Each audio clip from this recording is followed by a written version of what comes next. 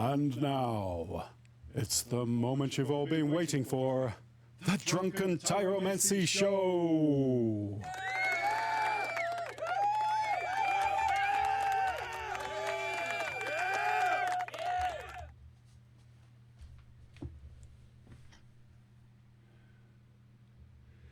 Hey, yes, we've got some audio there. Alrighty. Okay, so I'm running solo. Welcome to the welcome and navigation video. The purpose of this is just to let you know where to find all the content, how to contact me, how to contribute, and what it's all about. So let's begin with, what is it all about? So you may have seen in a text description elsewhere, if not, I'm sure you'll find it later, where I had described that if tyromancy is predicting the future with cheese. Now, I'm not sure here whether what you need is like virgin cows who only eat peyote, cannabis, magic mushrooms, and opium poppies, possibly. I'm not sure.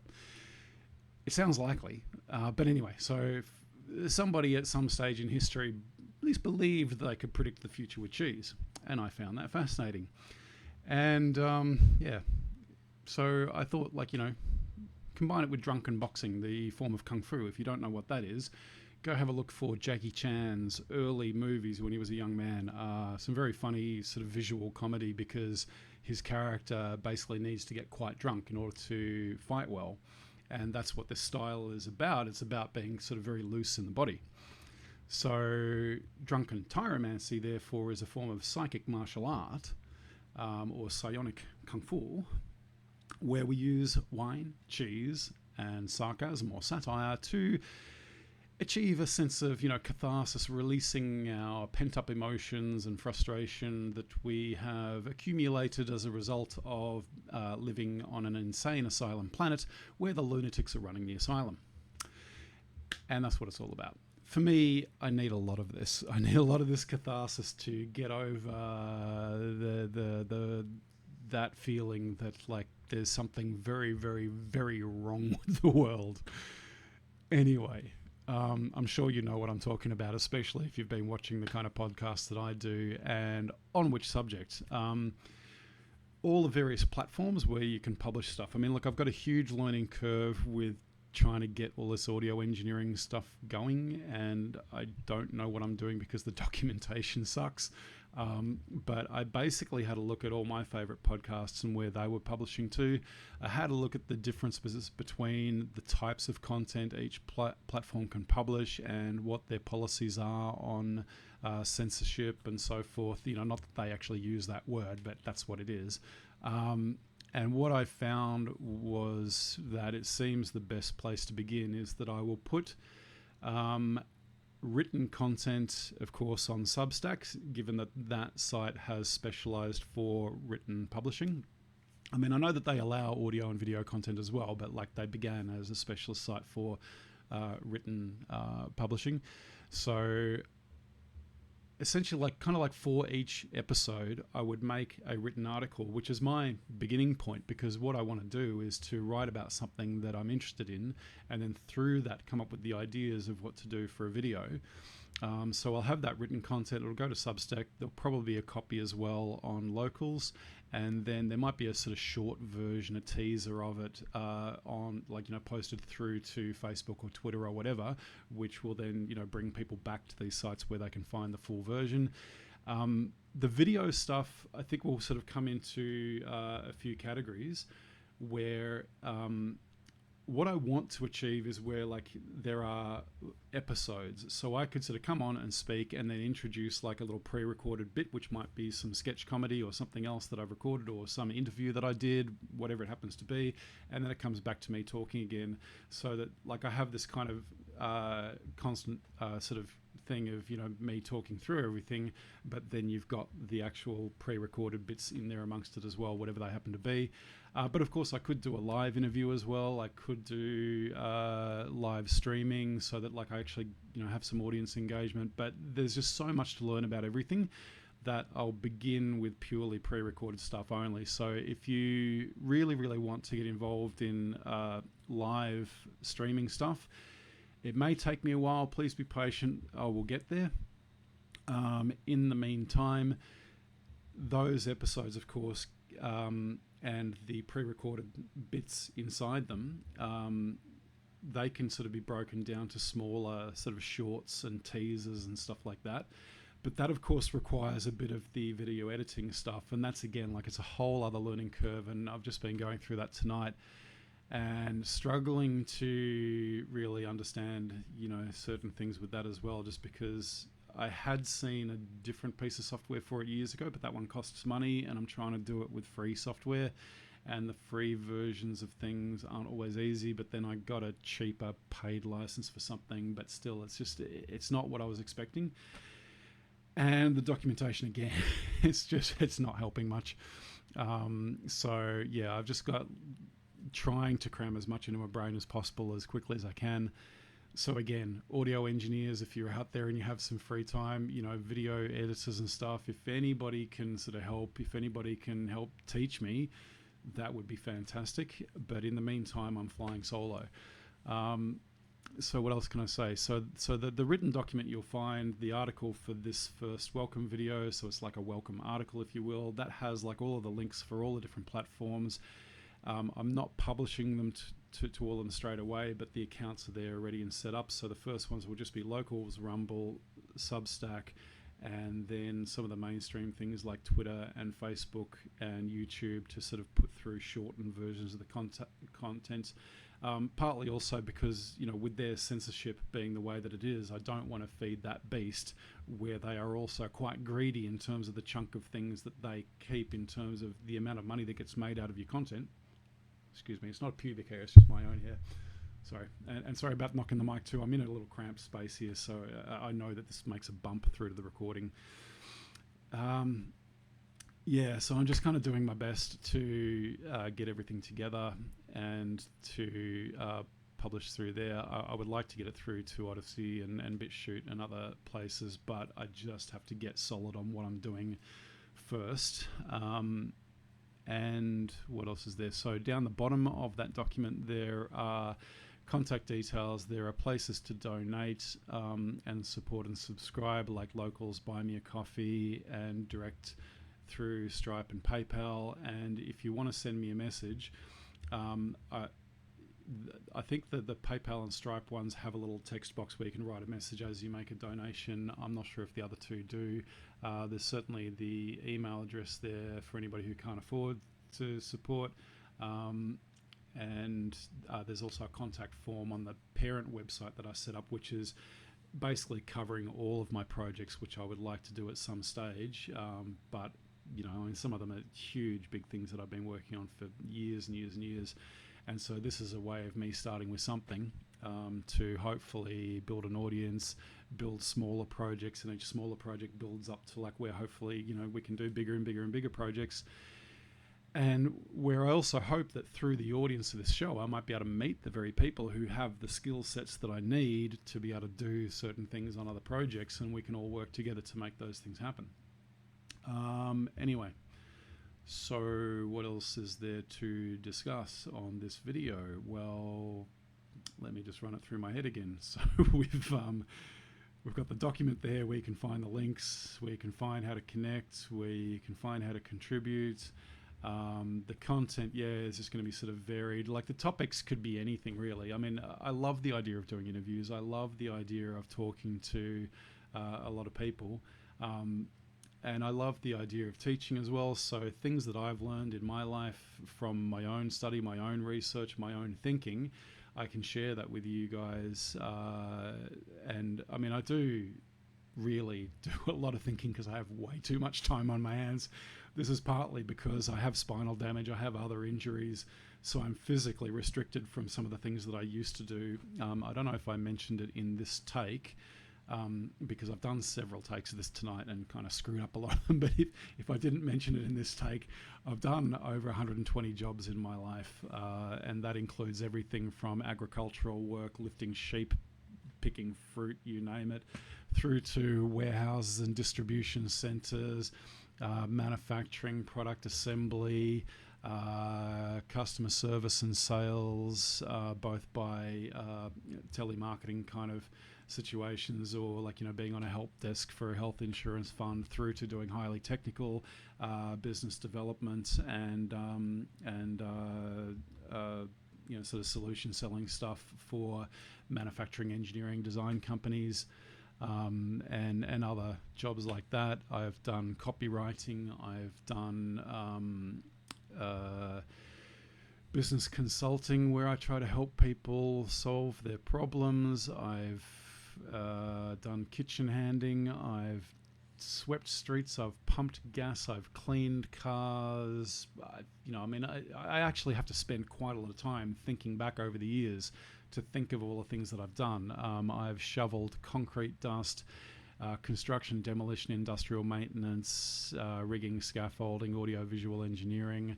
But the problem with that last bit there is that, firstly, the audio-visual engineering that I did was years and years ago. Secondly, it was mostly video walls. So while we did have audio to deal with, it was like that was sort of a secondary thing. And it was all, as well, kind of equipment, which I personally think is more user-friendly than this retail market stuff.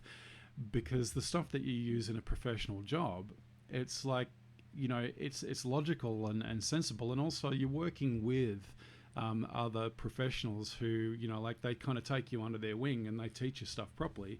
But when you go to these sort of consumer products, the documentation sucks. And then you've got the fact that it's interacting with Windows and Microsoft. I'm stunned at the scale and scope of the set of design flaws and bugs that I have discovered in Windows. And some of them actually date back to things that I first saw them getting wrong with Windows 95, and they've just never fixed it.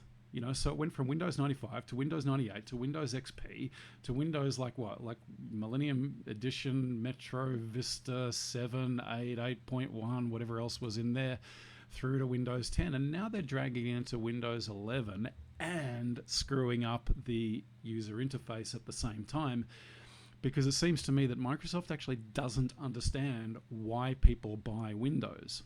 There's actually some reasons. Maybe some people don't understand it themselves, but what I see as the reason why Windows has a market, they're actually busy killing it.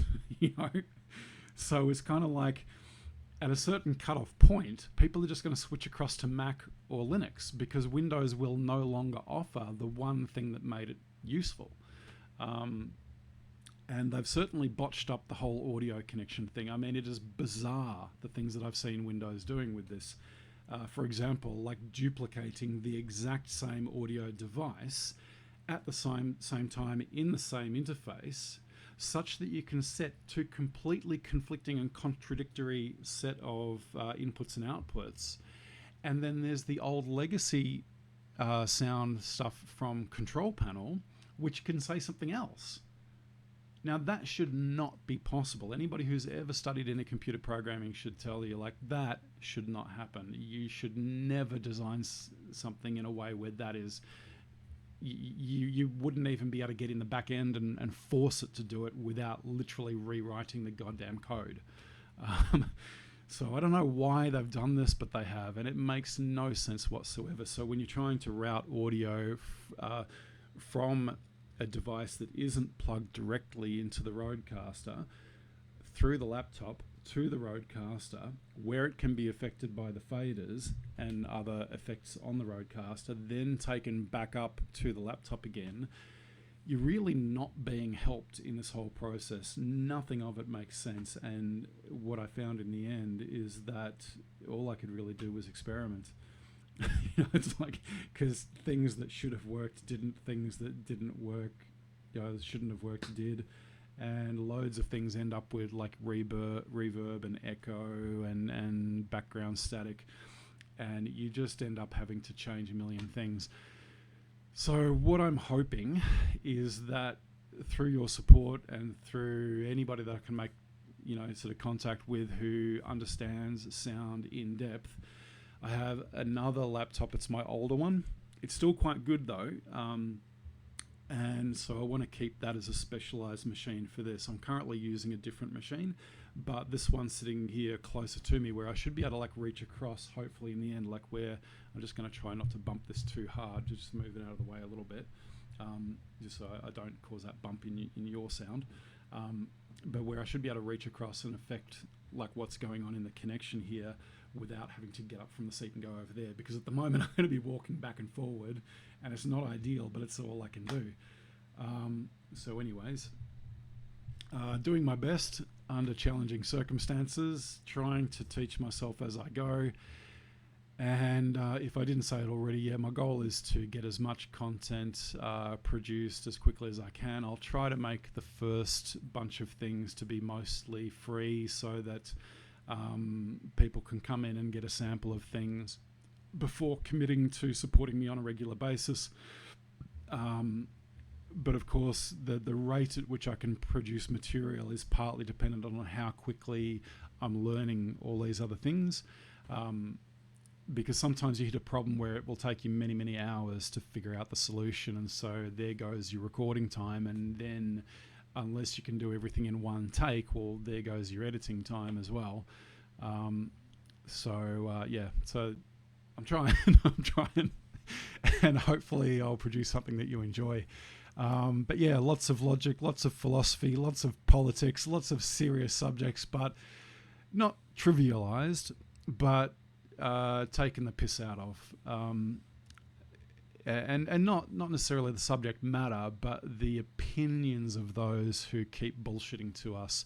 And that's an area that I really want to hit hard on, because over the last 5 years particularly, the amount of absurd lies being told in the media by governments, by corporations, by media talking heads, being touted as, for as just one example, being touted as scientifically verified fact, and it's no such fucking thing. I've seen them make claims in the media which cannot be true because they are contradicted by far more fundamental, well-established and irrefutable foundational facts and principles of the entire field of all sciences. Right? Like literally the whole thing would have to be wrong for what they're saying to be right. And if that was the case, well, where's the gigantic international forum debate of like, oh my God, we fucked everything up? It's not happening, right? Because they're not wrong. These things are correct, and the current claims can't be true. The sad thing is, while I was at university, and I went to, I think, 4 different universities in the end at different stages, I never actually completed anything because partly because that wasn't my goal. I mean, I would have taken, of course, completed degrees, like that's a bonus, but my real goal was there to learn certain things for my own vision so that I could make it real in the world. And that vision is not something that most companies would want to pay me for, and even if they would, I could only accept funding on terms that wouldn't sabotage or undermine the very purpose of doing it in the first place. So hence there I was at university for my own reasons, trying to get something out of it that the system is not designed to provide, but it should be. And I was witnessing demonstrable falsehoods taught in science classes at reputable universities. And maybe in an episode upcoming I'll go into some of these examples. But yeah, like the sad thing is that the whole thing has been so bastardized, so corrupted that this can happen. And I honestly suspect that while I'm sure some of the academic people know that they are helping contribute to a fraud, I'm fairly sure that a lot of other ones don't know. They literally do not understand that they are helping to perpetrate a fraud. Because the types of language used, which are sometimes quite subtle, to provide an excuse to justify a false narrative, within the scientific context, it's like not everybody would notice. Like you do have to think about it. You do have to go, hang on a minute, and you got to think about it. And you got to kind of piece it together and like run variables through your head and test it in various hypothetical scenarios until you realize, hang on a minute, no, that can't be true. I'm just trying to sort of, in words, give you a visual, but I'm not sure how well that's working. Anyway, I've probably crapped on enough, and that also gives you another idea of what the show is going to be about, is me crapping on. I will try to keep it to a minimum, and I'm sure you guys are going to give me feedback about that, so I'm looking forward to it. And thanks for watching, and for those of you who can, thank you for contributing. And if I get to the point where I am starting to publish through to some of the other platforms, I may come on and redo this welcome video just so that any new people know about that, but I'll also post about it so that you're aware that there's like a new platform where you can find the content. And if anybody has anything to ask or suggest or whatever, feel free to write. And anyway, thank you very much, y'all.